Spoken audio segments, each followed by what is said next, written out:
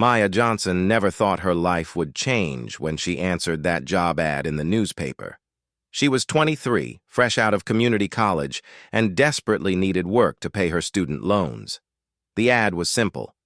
Housekeeper needed for private family. Good pay. Serious inquiries only. When Maya called the number, a woman with a thick Korean accent answered.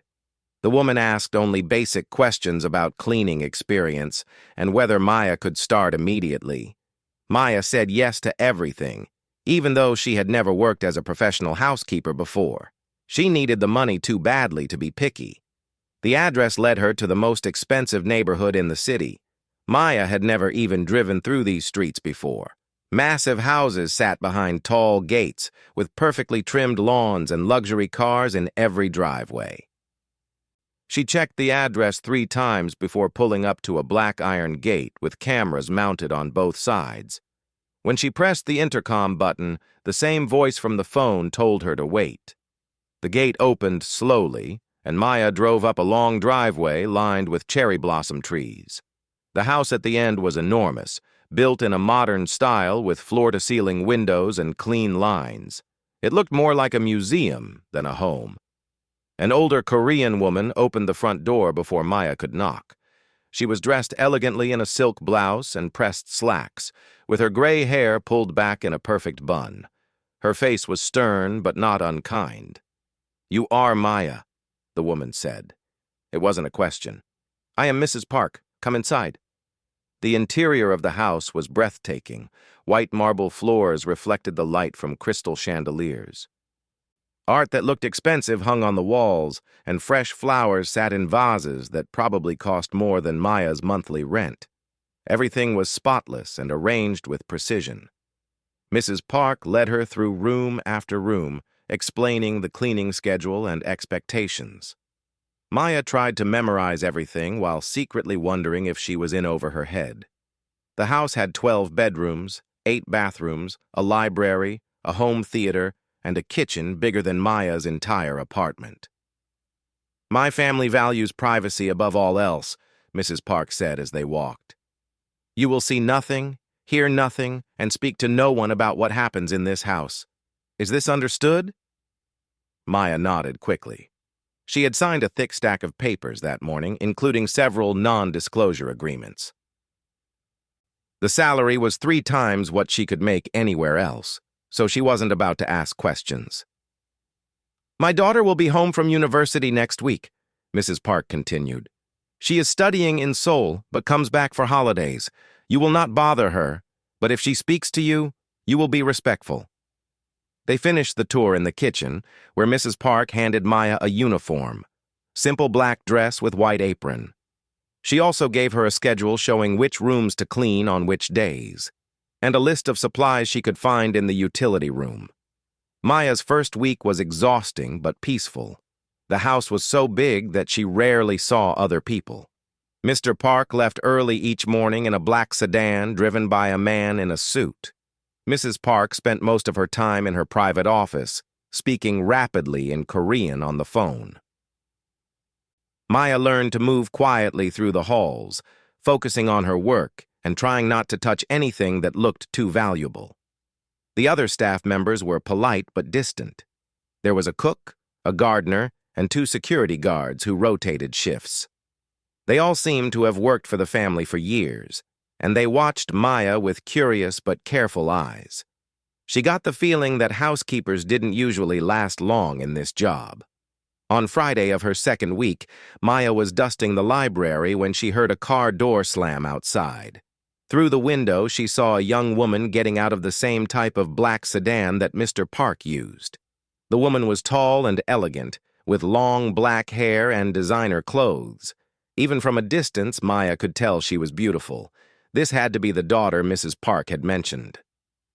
Maya quickly finished dusting and tried to make herself invisible as she heard voices in the foyer. The daughter was speaking Korean with her mother, and her voice was musical, but somehow cold at the same time. Maya managed to avoid meeting the daughter for 3 days. She adjusted her schedule to clean the rooms when she knew the family would be elsewhere. But on Tuesday morning, as she was polishing the marble staircase, she heard footsteps behind her. "You must be the new housekeeper." Maya turned to see the daughter standing on the landing above her. Up close, she was even more striking than Maya had thought. Her features were perfect, like she could be a model or actress.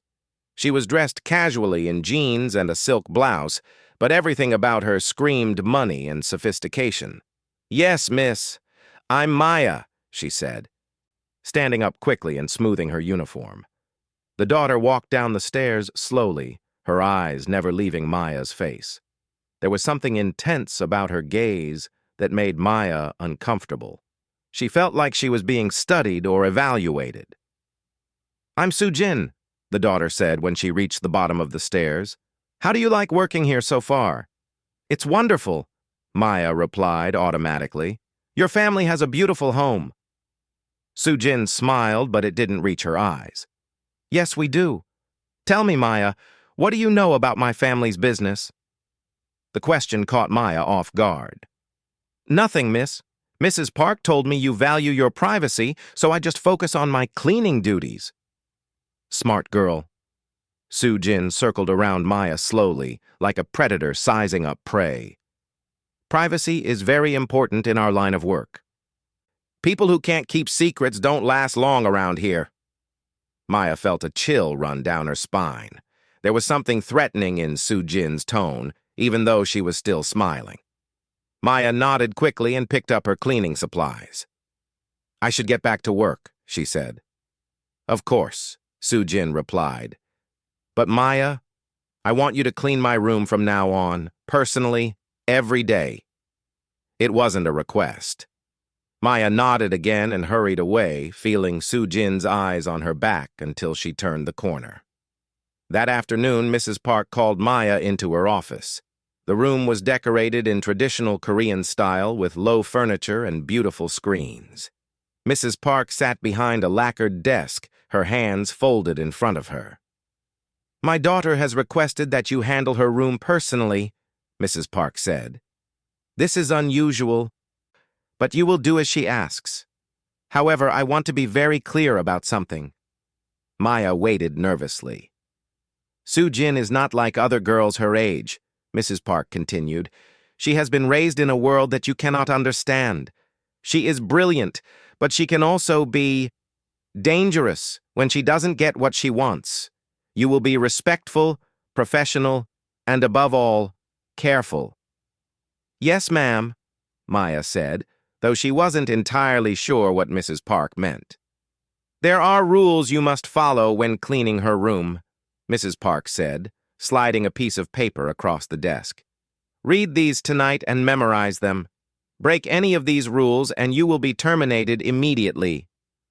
Maya took the paper with shaking hands.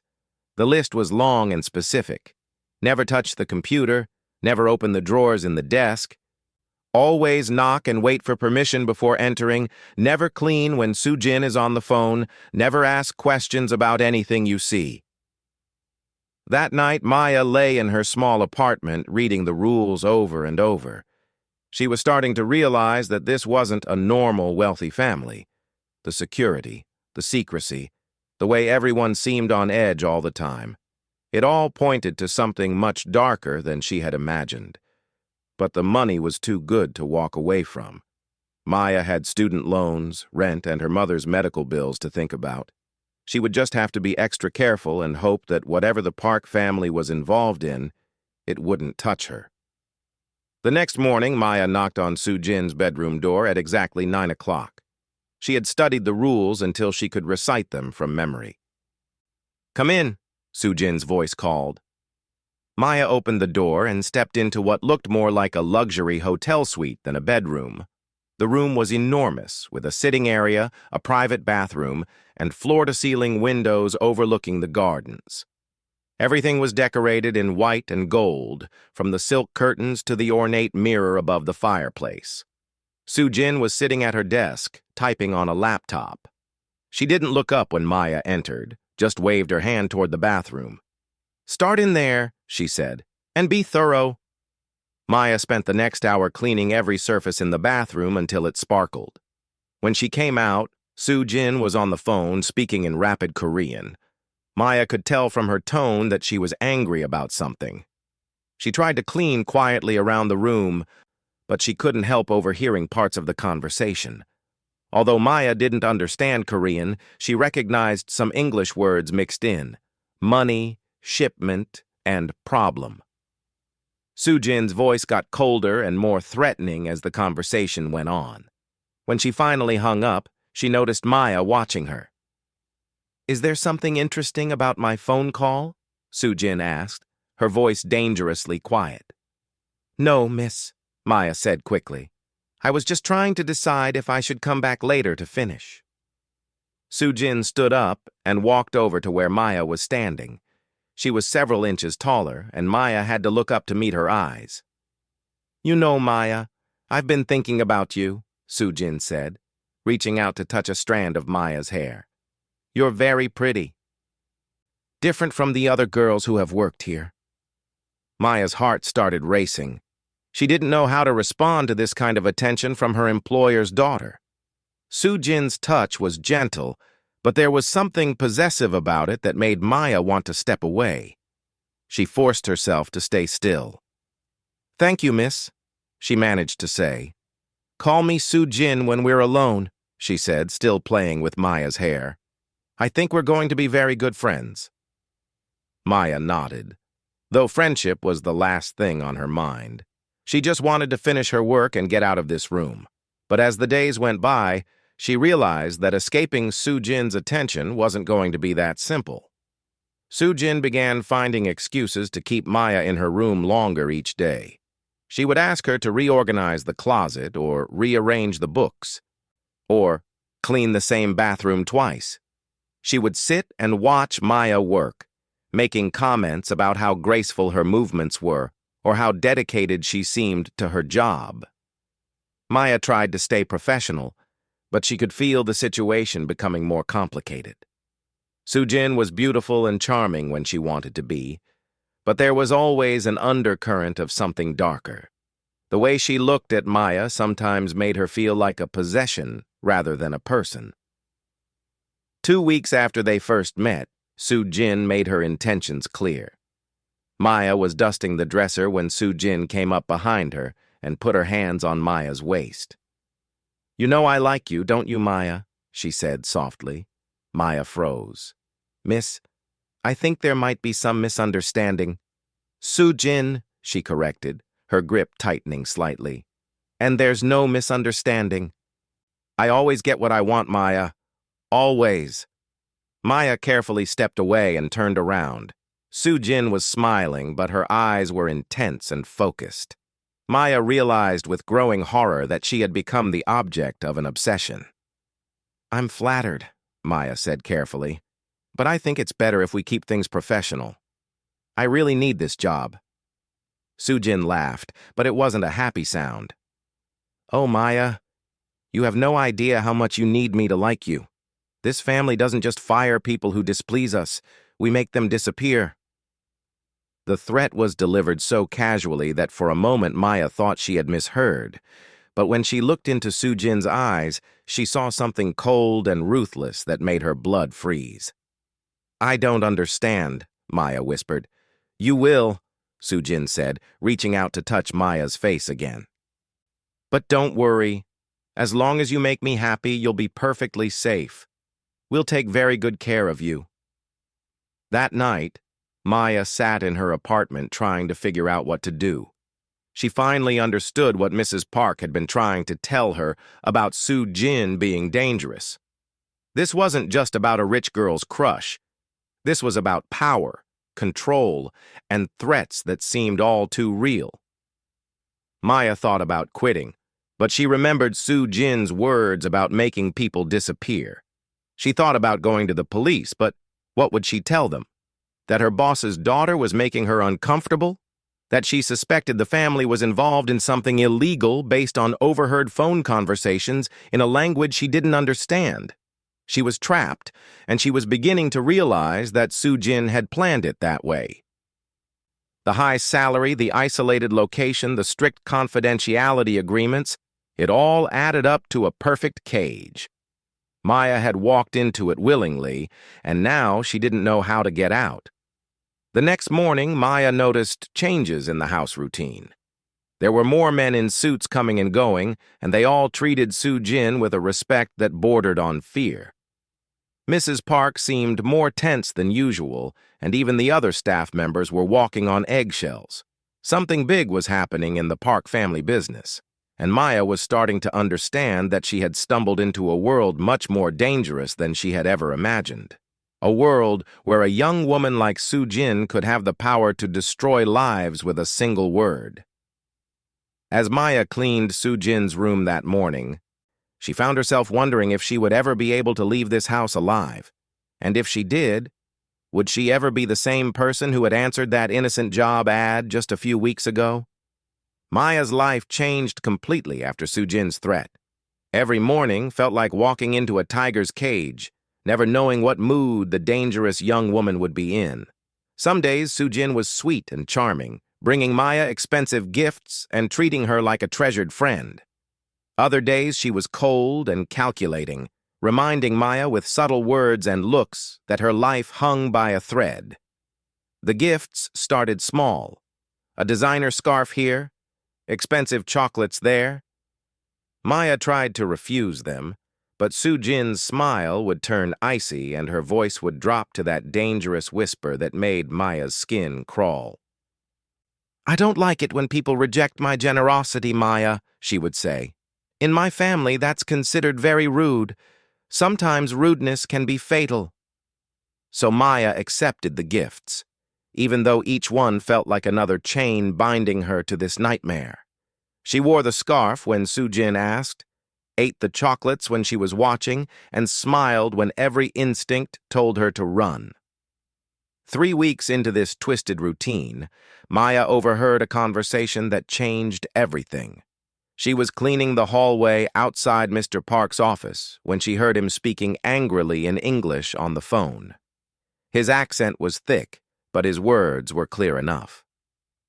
"The shipment was seized in Busan," he was saying. "Someone talk to the police. Find out who and make sure they never talk again." Maya's blood turned to ice. She had been right. The Park family was involved in something illegal, something serious enough that they were willing to kill to protect it, and now she was trapped in the middle of it because Soo-jin had decided she was her new toy. That evening, as Maya was getting ready to leave, Soo-jin appeared at the front door. "Where are you going?" she asked, blocking Maya's path. "Home, miss. My shift ended an hour ago." "Soo-jin," she corrected automatically. "And I've been thinking, it's not safe for you to be driving back and forth every day. What if you had an accident? What if someone followed you home?" The way she said it made it sound less like concern and more like a threat. Maya's mouth went dry. "I've been fine so far," she managed to say. "But you won't always be," Soo-jin said, stepping closer. "I think it would be better if you moved into one of our guest rooms. Just temporarily, of course, until things settle down." Maya wanted to refuse, but the look in Soo-jin's eyes told her this wasn't really a choice. She was being moved from part-time prisoner to full-time captive. "I have an apartment," Maya said weakly. "My lease will be taken care of," Soo-jin finished. "My father's people will pack your things and handle everything. You don't need to worry about those details anymore." That night, Maya lay in the luxurious guest room that had become her cage, staring at the ceiling and wondering how her life had gone so wrong so fast. The room was beautiful. Silk curtains, marble bathroom, a bed soft enough to sleep on clouds. But the windows were barred, and she had noticed the electronic lock on the door. She was a prisoner in a golden cage. The next morning brought new horrors. Maya was cleaning Soo-jin's room when she noticed blood on one of the towels in the bathroom.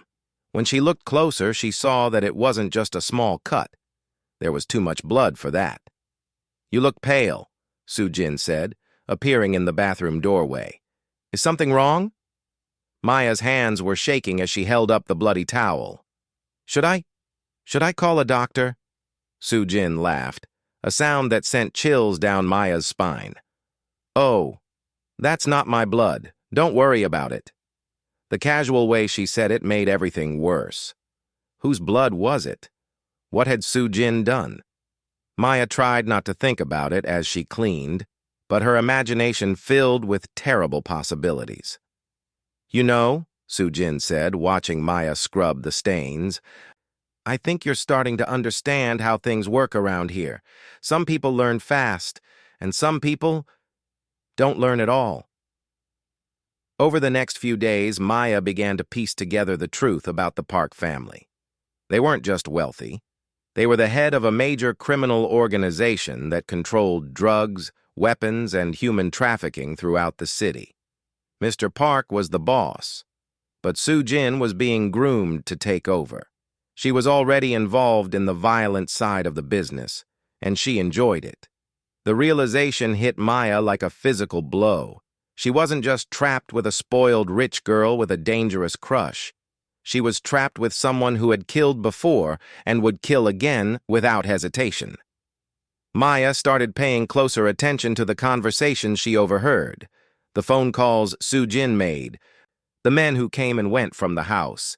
She learned that the Park family had enemies, rival gangs, law enforcement, and former associates who had betrayed them. She also learned that those enemies had a habit of disappearing permanently. "My father thinks violence should be a last resort," Soo-jin told Maya one afternoon as they sat in her room. "But I think it should be the first resort. It's so much more efficient." Maya forced herself to nod and smile, even though her stomach was churning. She was sharing tea and cookies with a killer, pretending to be friends while planning her escape. But escaping seemed impossible. The house was surrounded by high walls and electronic gates.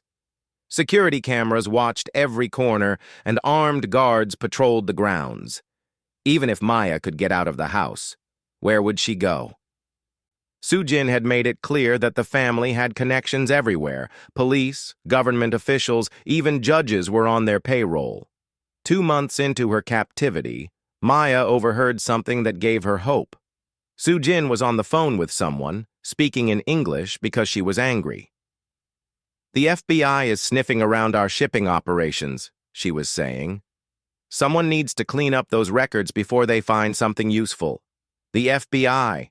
If federal agents were investigating the Park family, maybe there was a chance for justice. Maybe there was a way out of this nightmare." Maya began to plan carefully. She couldn't just call the FBI. All the phones in the house were monitored, and besides, she had no proof of anything illegal. But if she could find evidence, real evidence that the FBI could use, maybe they would protect her in exchange for her testimony. The opportunity came 3 weeks later. Soo-jin had to leave town for a few days to handle some business in another city. Before she left, she cornered Maya in her room. "I'm going to miss you," she said, running her fingers through Maya's hair. "But don't worry, I'll be back soon. And when I return, I think it's time we took our relationship to the next level."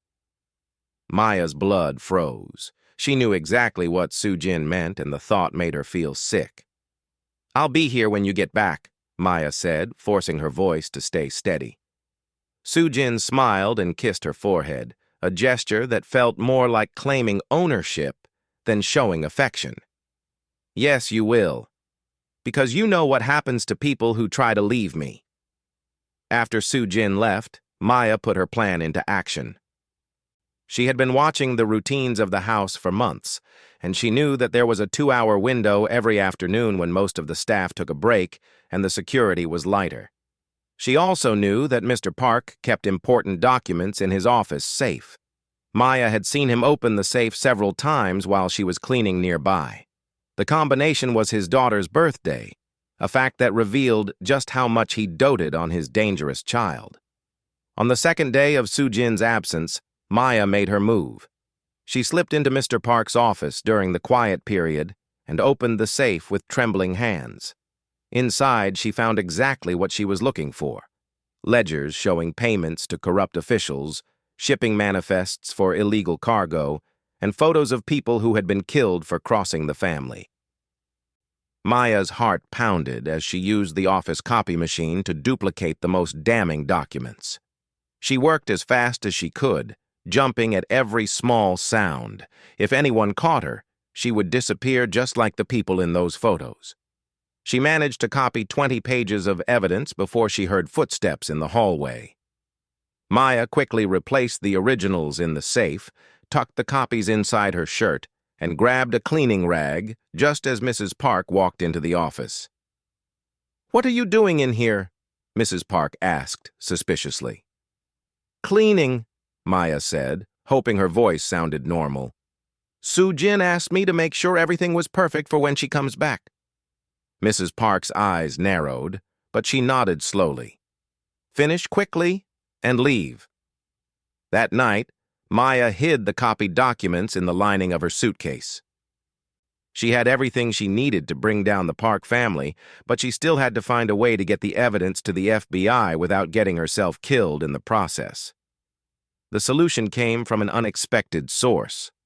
One of the security guards, a younger man named Jin, had always been kind to Maya. She had noticed that he seemed uncomfortable with some of the things he witnessed working for the family. When she subtly tested the waters, she discovered that Jin's younger sister had been killed by a rival gang in retaliation for something the Parks had done. He was working for them because he needed the money, but he hated every minute of it. Maya took an enormous risk and approached Jin with her plan.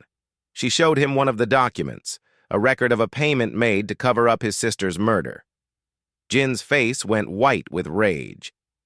"They paid to make sure no one was arrested for killing my sister," he whispered. "I have evidence of much worse," Maya told him. "But I need help getting it to the FBI. Will you help me?" Jin stared at the document for a long time before nodding. "What do you need me to do?" They planned carefully. Jin would create a distraction by triggering a false security alarm on the other side of the property. While everyone was dealing with that, Maya would slip out through the kitchen entrance where Jin had disabled the cameras. He would drive her to the FBI field office downtown, where she would turn over the evidence and request protective custody. The plan was set for the day before Sue Jin was scheduled to return. Maya spent that last night lying awake, praying that tomorrow would bring freedom instead of death. The next afternoon, everything went perfectly until it didn't. Jin triggered the alarm as planned, and Maya made it to the kitchen without being seen. But as she reached for the door handle, it opened from the other side. Sue Jin stood there smiling, having returned early from her trip. Her eyes took in Maya's appearance, dressed to leave, carrying her bag, standing by the exit, and her smile turned deadly. "Going somewhere, my love?" she asked softly.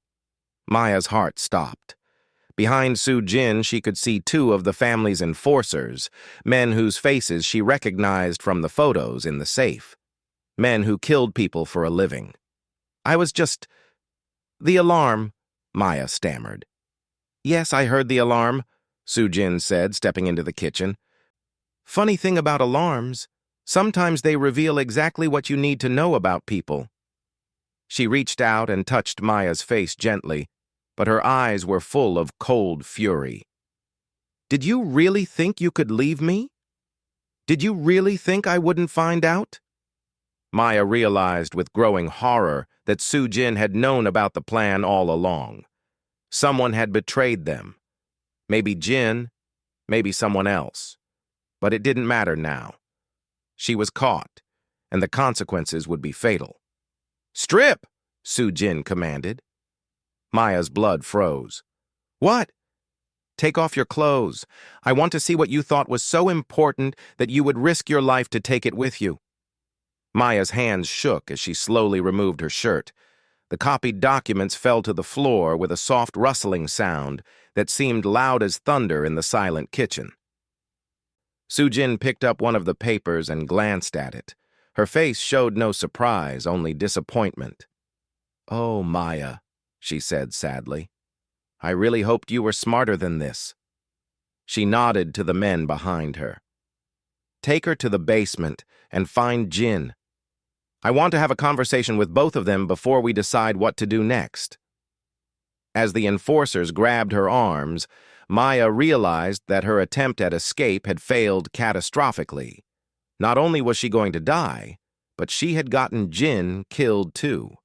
And somewhere out there, the Park family would continue their reign of terror, protected by their money, their connections, and their willingness to eliminate anyone who threatened them.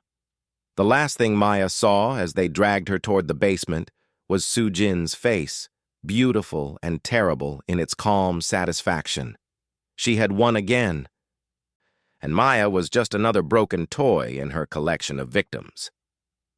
The basement of the Park mansion was nothing like the luxury upstairs. Cold concrete walls, a single bare light bulb, and the smell of fear that seemed to have soaked into the very foundation of the building. Maya sat tied to a chair in the middle of the room, her wrists raw from the rope and her mind racing with terror. Jin was in a chair across from her, blood trickling from his nose and a bruise forming around his left eye. The enforcers had worked him over before bringing Maya down, and his breathing was labored. When their eyes met, Maya saw the same regret and fear that she felt. "I'm sorry," he whispered. "They knew. They always knew." Maya wanted to ask how, but footsteps on the stairs cut off any conversation. Soo-jin descended slowly, her heels clicking on each step with deliberate precision. She had changed into black clothes that made her look even more dangerous in the dim light. "Jin," she said pleasantly, as if greeting an old friend. "5 years of loyal service, and this is how you repay my family's generosity." "Your family killed my sister," Jin said through swollen lips. "Your sister was in the wrong place at the wrong time," Soo-jin replied, without emotion. "Business is business. But you've made this personal, and that's where you made your mistake." She turned to Maya, and her expression softened into something that was almost affectionate. "And you, my beautiful Maya? I really thought we had something special. I've been so patient with you, so generous. I gave you a home, beautiful things, my attention. What more could you want?" "Freedom," Maya said quietly. Soo-jin laughed, but there was no humor in it. "Freedom is an illusion, Maya. Everyone serves someone. Everyone is owned by someone. The only choice you have is whether your owner treats you well or treats you poorly." She walked over to a metal table that Maya hadn't noticed before. On it were various tools, knives, pliers, things Maya didn't want to identify. Soo-jin picked up a small, sharp blade and examined it in the light. "The original plan was to kill you both quickly," she said conversationally. "A bullet to the head, dispose of the bodies in the harbor, and move on with life. Clean and efficient." Maya's breath caught in her throat. "But then I realized something," Soo-jin continued. "Maya, you've seen me at my most vulnerable. You've been in my private space, heard my conversations, witnessed my business dealings. You know things about me that no one else knows." She turned back to face them, the blade glinting in her hand. "And despite all of that, you tried to destroy me. You tried to take away everything my family has built. Do you understand how much that hurts?" The pain in her voice seemed genuine, which somehow made everything worse. Maya realized that Soo-jin actually believed they had some kind of relationship, that Maya's attempt to escape was a personal betrayal rather than an act of survival. "I never wanted to hurt you," Maya said desperately. "I just wanted to go home." "You are home," Soo-jin snapped, her mask of control slipping for a moment. "This is your home now. I am your family now. Why can't you understand that?" She took a deep breath and composed herself again. "But I think I've been too gentle with you. You need to learn what happens when you disappoint me." Soo-jin walked over to Jin's chair and grabbed his hair, pulling his head back to expose his throat. This man convinced you to betray me. He filled your head with foolish ideas about escape and justice. So he'll be the first to pay for your mistake. No, Maya said, struggling against her bonds. Please, he was just trying to help. I'm the one who asked him. I know exactly who asked whom, Sujin interrupted. We've been watching both of you for weeks. Every conversation, every plan, every moment you thought you were being clever. Did you really think we were that stupid? Maya's heart sank. They had never had a chance. The whole thing had been a trap from the beginning. Jin knew the risks when he chose to help you, Sujin continued. Just like you knew the risks when you chose to betray me. Actions have consequences, Maya. It's time you learned that lesson. The blade moved so fast that Maya barely saw it. One moment, Jin was looking at her with sad, resigned eyes. The next moment, his head fell forward, and blood began to pool on the concrete floor. Maya screamed. She couldn't help herself. The sound echoed off the walls and seemed to go on forever. Jin was dead. Kind, gentle Jin, who had only wanted justice for his sister, was gone, and it was her fault. Now, Sujin said, wiping the blade clean with a cloth, we need to discuss your future. Maya was sobbing too hard to speak. The reality of her situation was crushing down on her like a physical weight. This wasn't a movie or a book where the good guys won and the innocent escaped. This was real life, where monsters wore beautiful faces and justice was just a word. Sujin knelt down in front of Maya's chair, close enough that Maya could smell her expensive perfume mixed with the metallic scent of blood. I could kill you right now, she said softly. It would be easy, and honestly, you've earned it. But I've realized something important tonight. I don't just want to own your body, Maya. I want to own your soul. She reached out and wiped the tears from Maya's cheeks with surprising gentleness. So here's what's going to happen. You're going to stop fighting me. You're going to accept that your old life is over and embrace your new one, and in return, I'll let you live. What kind of life is that? Maya whispered. Whatever kind I decide to give you, Sujin replied. But I can be very generous to people who please me. You could have comfort, security, even happiness if you stop being so stubborn. Maya stared at Jin's lifeless form and realized she was at a crossroads. She could keep fighting and end up like him, or she could surrender and maybe find a way to survive. Neither choice felt like living, but one of them meant she might see another sunrise. If I agree, Maya said slowly, what would you want from me? Sujin smiled, and for the first time, it seemed genuinely warm. I want you to be mine completely.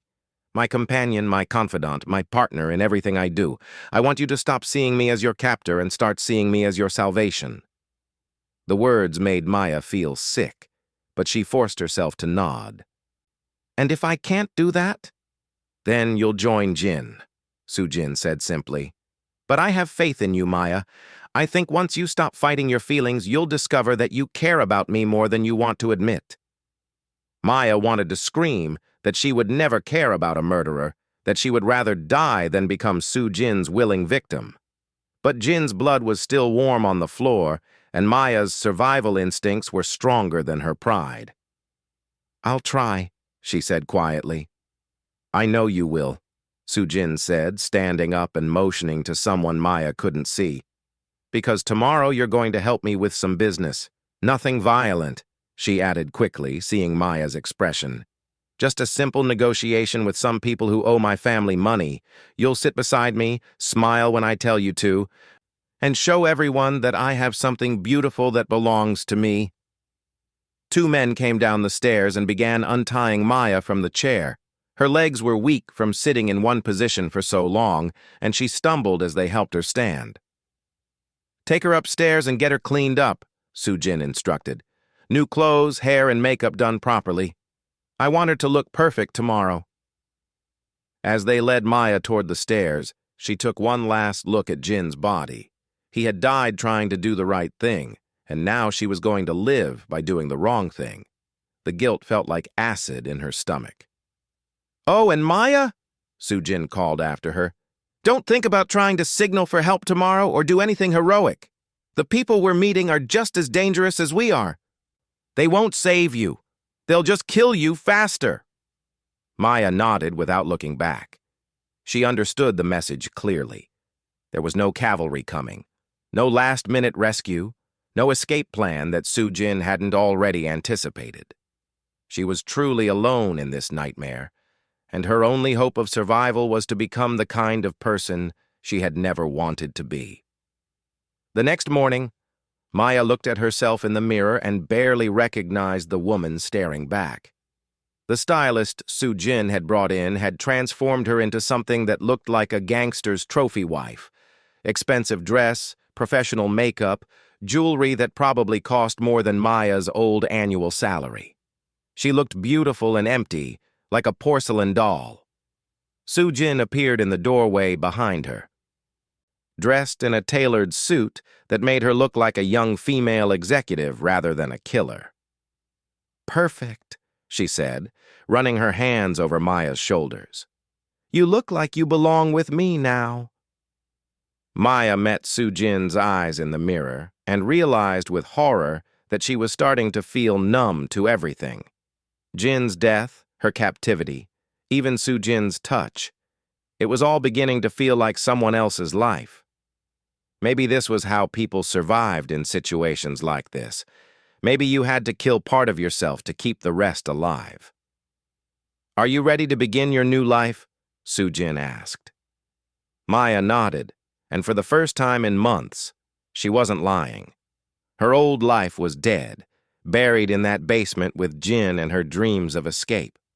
What was left was just survival, one day at a time, in a world where beauty and brutality lived side by side. As they walked out of the house together, Maya caught a glimpse of herself in the hallway mirror. The woman she saw looked calm, controlled, and completely broken. She was Soo-jin's perfect creation, a victim who had learned to smile while her soul died a little more each day. The car that drove them to their destination was the same black sedan that had brought Maya to the house for the first time all those months ago. She remembered how nervous she had been that day, worried about whether she would be good enough for the job. Now she understood that she had been perfect for the job from the very beginning. She just hadn't realized that the job was being Soo-jin's beautiful broken doll. As the gates of the mansion closed behind them, Maya watched the house disappear and knew she would be coming back. She would always be coming back, because there was nowhere else for her to go. Soo-jin owned her now, completely and forever, and the most terrifying part was that Maya was starting to forget why she had ever wanted anything different. The Korean Mafia daughter had picked her, and Maya had finally learned what that really meant. It meant the end of everything she used to be, and the beginning of a life that would be beautiful, comfortable, and utterly empty of hope. It meant learning to love her captor, because the alternative was joining Jin in the dark basement where broken toys went to die. As they drove through the city toward whatever business awaited them, Maya closed her eyes and tried to remember who she used to be. But that person felt like a stranger now. Someone from a different life that might as well have been a dream. All that was left was Soo-jin's possession, perfectly dressed and smiling on command, ready to play whatever role was required of her in this twisted performance that would never end.